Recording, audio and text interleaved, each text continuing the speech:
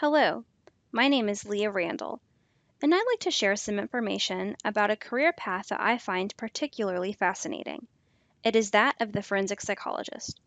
Firstly, let's take a glance at what a forensic psychologist is. The path of a forensic psychologist is often a dark, difficult path with both mental and emotional challenges. However, it can also be a highly rewarding career.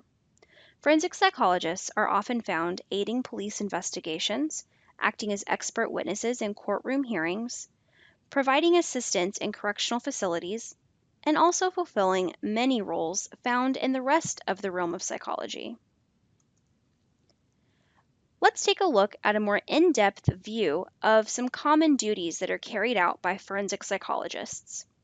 These duties include viewing case files and evidence, using clues found to create a complete profile of a perpetrator that includes height, weight, dominant hand, gender, ethnicity, as well as any other pertinent information that could possibly lead police investigators to a potential suspect.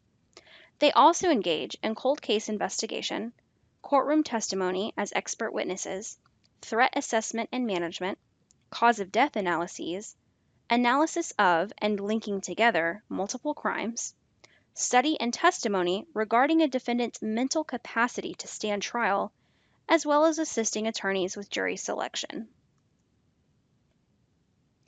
What knowledge and skill sets are necessary in the field of forensic psychology? Knowledge of certain systems come as absolute necessities to forensic psychologists. This includes knowledge of the legal system, knowledge of current psychology practices, laws regarding mental health, English language, advanced neurology, and current psychiatric assessment techniques. Transferable skills include strong intuition, learned emotional detachment, strong critical thinking ability, thorough understanding of cultural and social issues, excellent verbal and written communication skills, the ability to maintain composure while under duress, and the ability to keep personal biases and opinions out of work. What does a typical day look like in the life of a forensic psychologist? Due to the varying degree of duties that a forensic psychologist is most often finding themselves doing, it is very difficult to pinpoint a day's activities from beginning to end.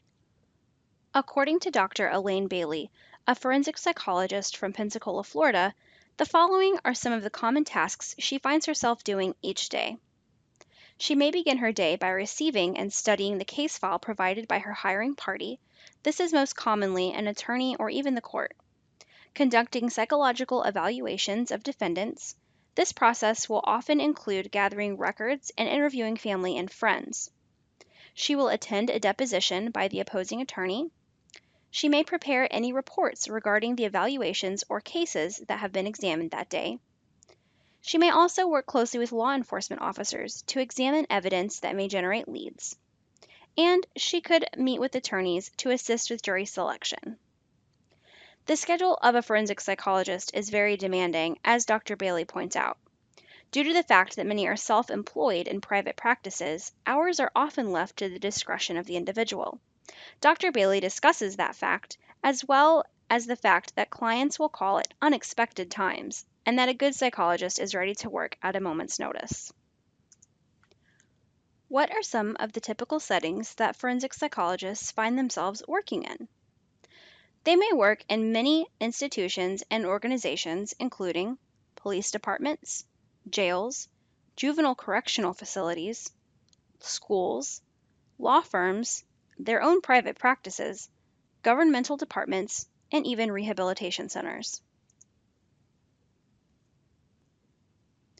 I am extremely interested in this fascinating career, and I'd like to know, what steps in my education should I take to begin pursuing this path? What steps are necessary to become a forensic psychologist?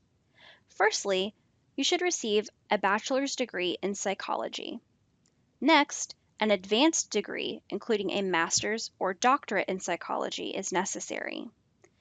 After you receive your master's or doctorate, you should attend and complete an internship.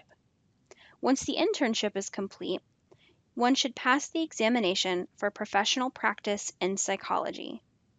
Lastly, one should pursue licensure from his or her state's psychology boards. A few side notes. While technically a bachelor's degree is all that's necessary to get started in the psychology field, a doctorate is highly preferred and has a much higher success rate as well as pay rate. It is highly recommended that individuals receive additional certification from the American Board of Forensic Psychology as well as their examination for professional practice in psychology. Lastly, many states actually require observed experience for at least 2 years upon completion of a PhD or a PsyD before a doctor is let out on their own to practice. As far as paying for a degree, most colleges accept financial aid as well as scholarships for students wanting to pursue careers in the medical field, if a history of good grades is provided. The following is an example of required coursework to obtain a master's degree in forensic psychology from the John Jay College of Criminal Justice. I personally find some of the electives particularly exciting, such as victimology, psychology of criminal behavior, eyewitness identification, empirical profiling methods, empirical crime scene analysis. I would personally like to take all of these classes.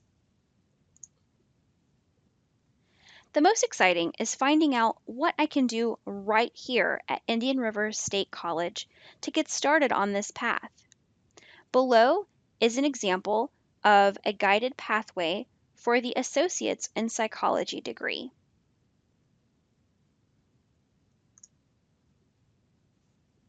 Let us now assume that I have pursued this as my career, I have graduated, with honors of course, and am now wondering, how much can I make in this field? According to the Bureau of Labor Statistics, the median salary for a psychologist classified as having an other specialty, including forensic specialties, is around $95,000 a year. The top 10th percentile of experienced doctors can make well over $100,000 per year. In this map, we can see that Florida, Alabama, California, as well as some northeastern states, tend to pay the highest rate for their doctors, between $91,000 to $118,000. Below, we can see that about 20 years we have achieved maturity in our career and should be making well over the $100,000 mark. Let's talk about the job outlook. Predicted growth in the field of forensic psychology is expected to hit around 19% over the next 10 years between 2014 and 2024. Northeastern states, as well as the West Coast, Florida, and Georgia, are among the states with the current highest employment percentage in this field, which is fortunate for me because I'm interested in working in Florida, Georgia, which is my home state, or California. So all of those states that I'm interested in are some of the highest employee percentages there are. This is an example of an Indeed job listing for a forensic psychologist. Here we can see it takes place in Chicago, Illinois. I might be willing to work there. It gets pretty cold and snowy, but I might be interested. Looks like the Department of Forensic Clinical Services Circuit Court of Cook County is seeking a full-time psychologist to join its adult forensic program. Here we see an applicant must have a PhD or PsyD in psychology, and they need to have their state licensures.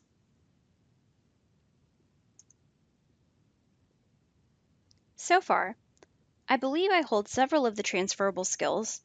I'm interested in the knowledge and education, and the pay scale is definitely attractive. I think it's time I do some further reflection and find out if my personality is a match for this career. The following are the results of several self-assessment inventories.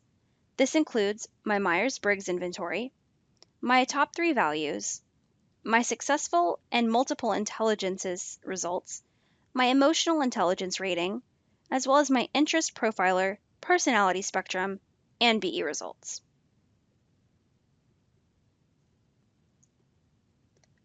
Based on my self-assessment inventories, the following are my thoughts on how my personality would mesh with this career.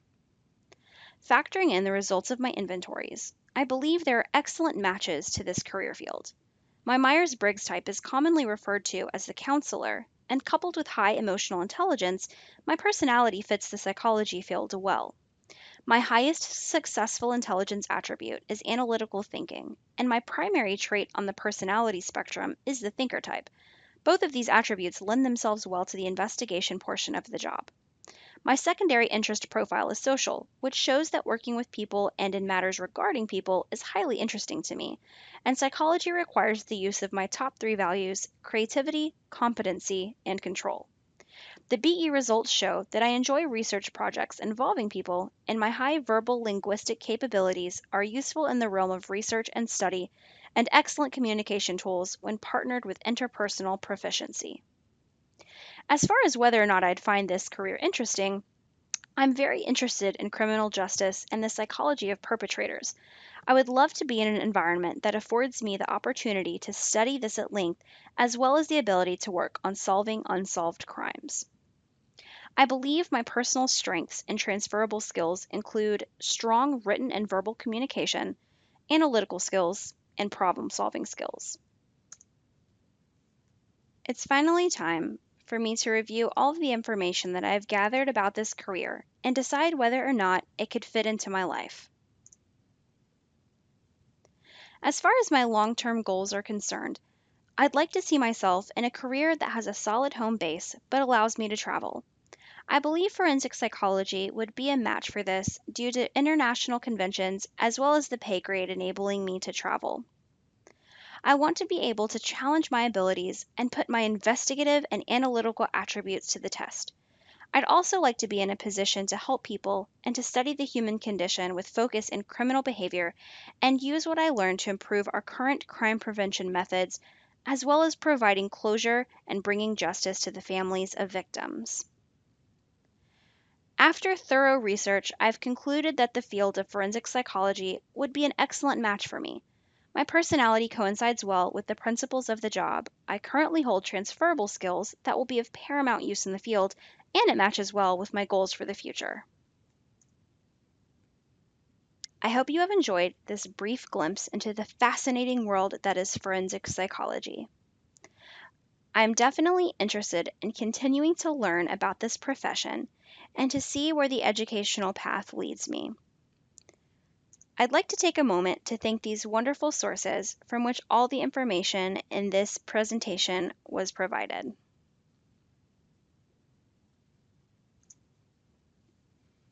Thank you again, and may your future be bright.